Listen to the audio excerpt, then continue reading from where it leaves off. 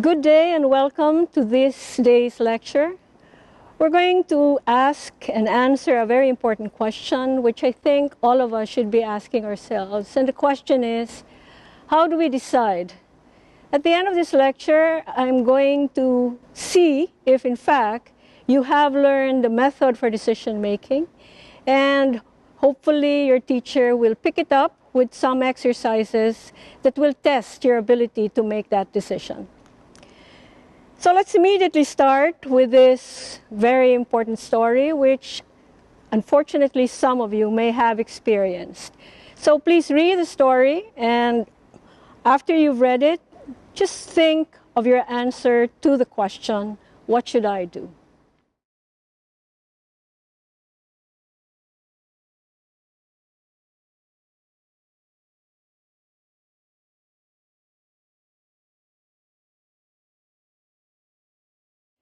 So, kung babasahin niyo yung kwento, sa totoo, mahirap, di ba? Mahal niyo tatay niyo, mahal niyo nanay niyo. Sino ngayon ang pipiliin niyo? Ano ngayon ang gagawin niyo? Ang tawag dito, sa filosofiya, ay dilemma. Okay? So before we can even figure out how we should handle dilemmas, it's very, very important that we understand exactly what a dilemma is.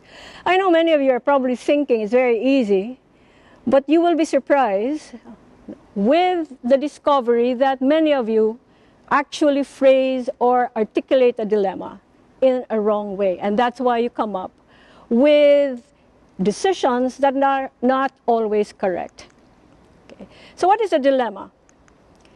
Very quickly, a dilemma happens because good and evil are not apparent. If it is apparent, then hindi kayo mababagabag, di ba? Kaya kayo nababagabag kasi hindi halata kung ano yung mabuti at ano yung masama. Okay. So, dilemmas are not really about good and evil or good or evil, but it is about competing values. So that if you choose one value, chances are you will sacrifice the other. And this is what makes it confounding. Kasi lahat ng halaga nagsasabay-sabay. Pagkatapos, hindi lang nagsasabay-sabay, kadalasan yung mga halaga na yon, importante sa taong nababagabag. Okay? Or, if you want to put it another way, if you notice, I asked the question, what should I do? I did not say, should I tell my mother? Why not? Okay? Because, in fact, should I tell my mother is not a dilemma, it is a solution. And when you have an ethical problem, you have competing values, competing issues. But what is the tendency of the normal human being? The tendency is, when you have a problem, you immediately phrase it in terms of competing solutions. Should I tell my mother or should I keep quiet? And so immediately you're caught in a bind and you don't know exactly what you will do. Let's try to explore this some more. Okay? If a dilemma is a set of competing values, okay, and not competing options, it means that the values should be articulated first. Why should they be articulated first? Because the truth of the matter is that values and issues are the reasons for your actions. And so, strictly speaking, you do not in fact choose an action. You in fact choose a value. So we have to ask ourselves, bakit ba ako nababagabag? Ano ba yung mga bagay na hindi ko naiintindihan at nagbabanggaan? Once you articulate this, I think you've won half of your ethical battle. Okay? So there may be more options and courses of action once you clarify your ethical values. Okay? So, paano nga ba magdesisyon? Kadalasan, at nakikita ko sa marami kong naturuan, sa maraming dekada, kasama na yung mga ibang tao na nagtuturo na ngayon, ay mabilisan at ang tinatawag nila sa Ingles, instinctive. Lalo na pag matanda ka na, katulad ng ibang tao, ang isip nyo, been there, done that. Okay? So mabilisan. So what's wrong with that? There's really, strictly speaking, nothing wrong with feelings. But feelings are always loaded. They're very, very, very biased. And unless we use reason, we will not see the full sum, no, of the dilemma. That's why we always say that ethical decision-making is, in fact, a reason process. So, Okay? What is a reason process and why a reason process? Reason process because once you use reason, you will realize that there are so many elements involved in decision making. The first one, of course, are facts.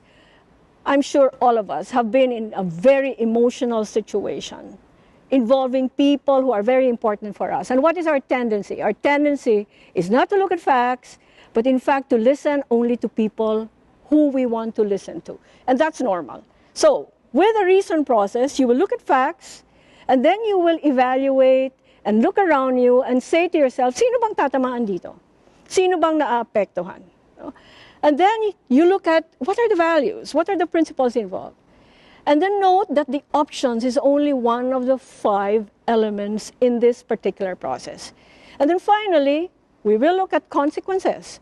And consequences means different people will be affected differently. I know at this point this is all very conceptual, but as we go along here and using the example of your father and your mother, it will become clearer to you exactly why these 5 elements come into play and why you should pay attention to them. Okay. So I have a proposal.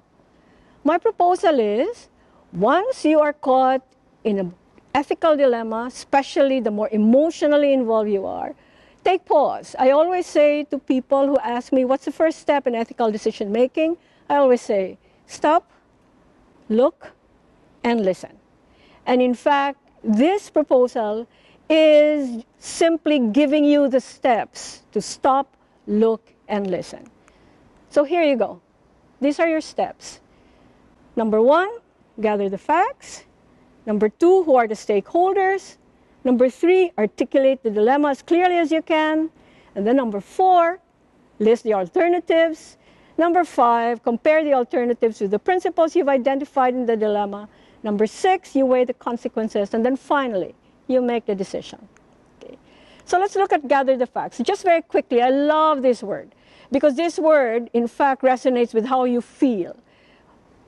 Merong bumabagabag. Okay? Ang taong nababagabag, hindi mapakali. Hindi niya, sa Ingles sinasabi natin, I can't quite put my finger into it.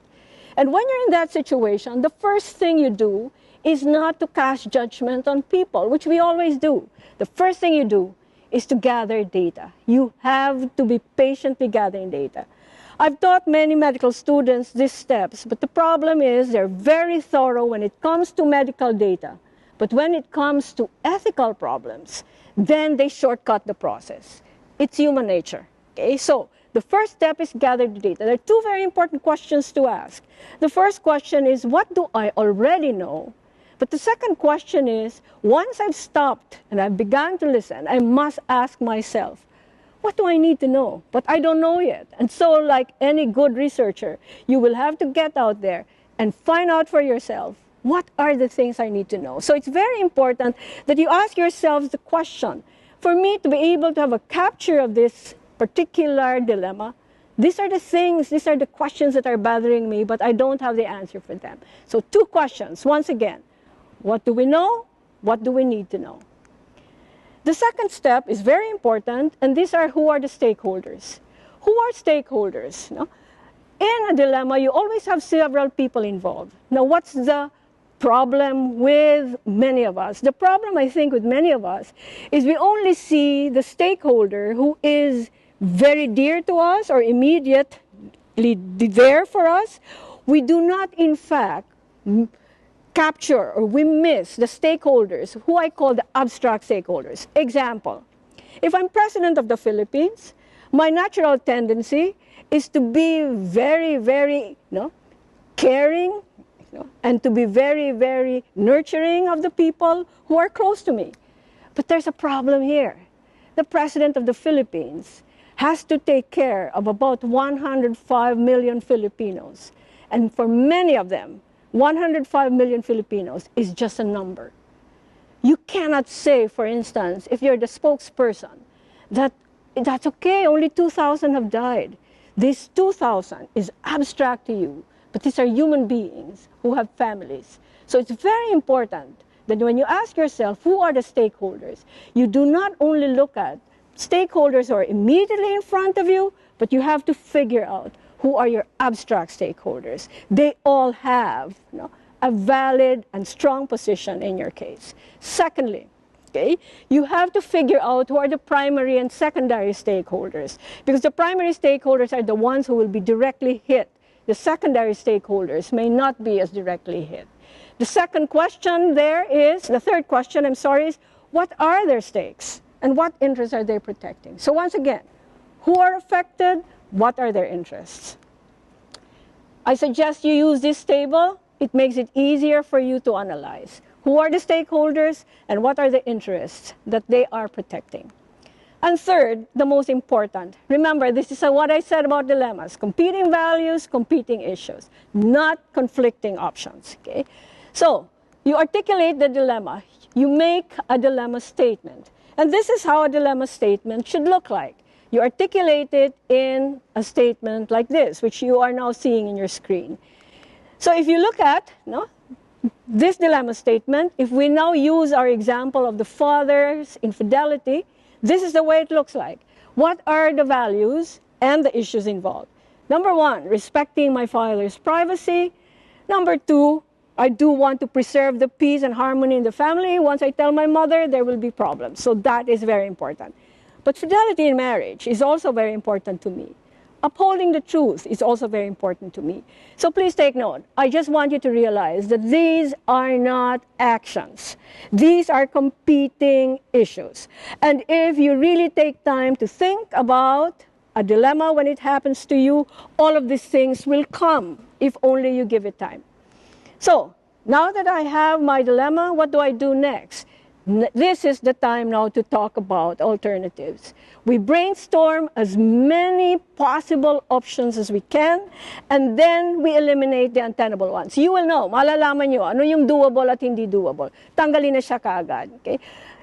Ito lang yung gusto kong ipaalala. Importante nating maintindihan na yung mga solutions na ito ay dapat, they match the values and the principles that we identified in the dilemma. Values and principles are the more important ones, remember, than the options. So, please, there are always two extreme alternatives in a dilemma. Should I tell my mother or should I not tell my mother? But then it's always helpful to think of a third creative option, a middle option as we call it. Just a word of warning, perhaps sometimes there is no third option. But as far as you can, do think of a third option. Again, another warning, it's not a compromise, okay? It's not a compromise. It's a creative option in addressing as many values as you can. You want to address as many values as you can. And so I suggest you make this 3-matrix column to make the task easier. And this is the way the column will look like. On the left will be your alternative. And so if you notice, I listed alternatives there. The two extreme alternatives in 1 and 2, and the third alternative is talk to my father and demand that he confess. But I don't stop there, because if I stop there, that means ang gagawa ng solusyon tatay ko. Kausapin niya nanay ko. Dapat ako ang gumagawa ng solusyon. So, I talk to my father, but if he says no, then I will do it. If he does not, that's why sinabi ko, etc. Pag hindi niya kinausap nanay ko, ako pa rin ang moral agent hindi tatay ko. So hindi ko pwedeng iwanan yung solusyon na yung tatay ko, kumbinsihin kong kausapin yung nanay ko. That's not a solution. That's passing the buck. Okay? So, the fifth one is now that I have the alternatives, I now compare the alternatives with the values that were in the dilemma. Do not airdrop values from nowhere. I've seen so many students do this. They just airdrop, tapos sasabihin ko dun sa comment ko, saan ang gagaling to? No? In fact, the second column is a reflection of the values articulated in your dilemma. So if you create a matrix where the values are matched with the options, it becomes clear to you that choices have values attached to them. So let's look at it in terms of the matrix. This is the matrix. I tell my mother what will be the values that I am supporting. Fidelity in marriage, right to truth. No? If I keep quiet, these are the values that will be supported. And then the third, I challenge you now, while you are there, seated in front of your computer, think about the value and the principles that the third one will address. So we now have step 5, and so finally, we have step 6. we now have weigh the consequences. The third column in the matrix should articulate the consequences for each of the alternatives, especially the primary stakeholder. You must consider both negative and positive. So let's matrix it now. So here we are. Okay? For the mother, there will be a consequence. For the father, there will be a consequence. The children, there will be a consequence. So plus means positive, negative means negative. I want you please to be patient with this one. Many students get lazy with this one. Why is this so important? Because you realize by sitting down and really figuring it out that many of your options will have detrimental effects to many people. So list them as patiently as you can. So I listed this down for you, and then again for number 3, I suggest this is yours. You figure out while you're seated in front of your computer what will be the consequences for the third option. So finally, we've come to the end of it. We now make a decision. There is no painless decision. As the Nike commercial says it, we just do it. Now, it's important that we do it by constantly referring to the matrix. Because in fact, when somebody challenges you later on why you made the decision, it will be easy for you to do what in ethics we call justification, which is, by the way, different from rationalization. Rationalization is an instinctive decision, and then you rationalize it. Justification is a reasoned process. You have a reasoned process, you make the decision, and then you justify it. What do you use for your proof? Aha, I have my matrix. That's my proof. Okay. So, and here, I always say this, many books don't put this, but I say it. I teach this to business people as well, and I always say it's important to strategize. Bakit? Kasi yung iba, masyadong goody-goody two-shoes. Yung kanilang solusyon, ang ganda-ganda, pero hindi naman nila kayang i-execute. So parang sinasabi ko, patunayan nyo nga sa akin na kaya nyong gagawin to. Ilabas ninyo yung steps for execution. So strategize. So, once again, I propose to you the steps, and these are your steps. What are the facts? What are the stakeholders? What is the dilemma? What are the options? What are the principles involved? What are the consequences? What is the decision? Strategize. So I hope from now on, you will practice using it. You cannot do it on every little decision you will make. Please do it only on the major decisions that you will make. And please be patient. Remember the 3-week rule. If you want to develop a habit, you have to do it for 3 weeks. Be patient with yourself. Eventually, it will become second nature. So this is the conclusion, and in a way, a word of warning for you about this process that I have just taught. It seems like a beautiful process, which can make us clearer thinkers and more decisive decision makers. But, okay, while the decision-making process, which we just went through, slows us down and teaches us to be rational, I just wanted to tell you that in the end, being ethical is about character. In other words, it's not enough for you to go through a reason process. In the end, ang tanong doon, kaya niyo bang gawin? Hindi ba kayo matatakot sa sabihin ng tao? Hindi ba kayo matatakot sa pwedeng mangyari sa inyo kung gagawin niyo talaga yung decision na yon? Sa etika, merong isa pang importanteng faculty. And this faculty is the faculty of the will. The will makes you carry out a decision. And here you go, this is about courage. But your philo teacher, your ethics teacher, cannot teach you courage. I can only teach you moral decision making, a reason process. In the end, this is about who we really are. And I'd like to end this lecture by quoting Aristotle, one of my favorite philosophers. In the end, we are what we repeatedly do. Ethics is character. And you build that character by patiently pounding and doing this moral reasoning process. Thank you very much, and I hope that helped you.